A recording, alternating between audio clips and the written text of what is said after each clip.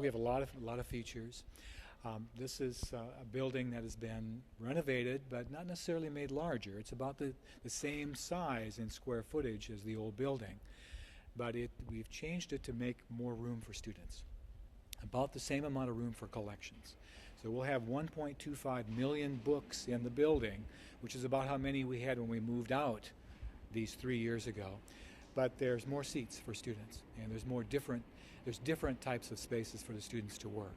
There's a cafe right over here. There are places to compute here, and we'll have 235 hardwired computers. But if you bring your laptop in the building, you can work anywhere. A classical piece of Hellenistic sculpture, so it's stood the test of time, and you know where the original is from. It's from the Louvre Museum in Paris. So we were able to get a reproduction of it through a firm in Woburn, Massachusetts, and it's very similar, the exact same size, to what was in the building from 1913 until 1959.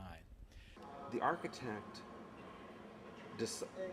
worked these into the building, that we would have these spaces in the floor, but didn't really have a plan. They're different, really, writing systems. They're not even necessarily all languages.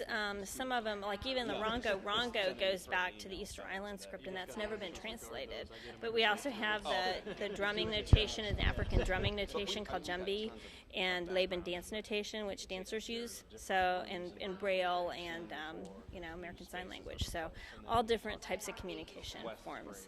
So there's traditional spaces. You saw the grand reading room. There's contemporary spaces. There's computer labs. There's computer clusters. And there are books. And there's coffee.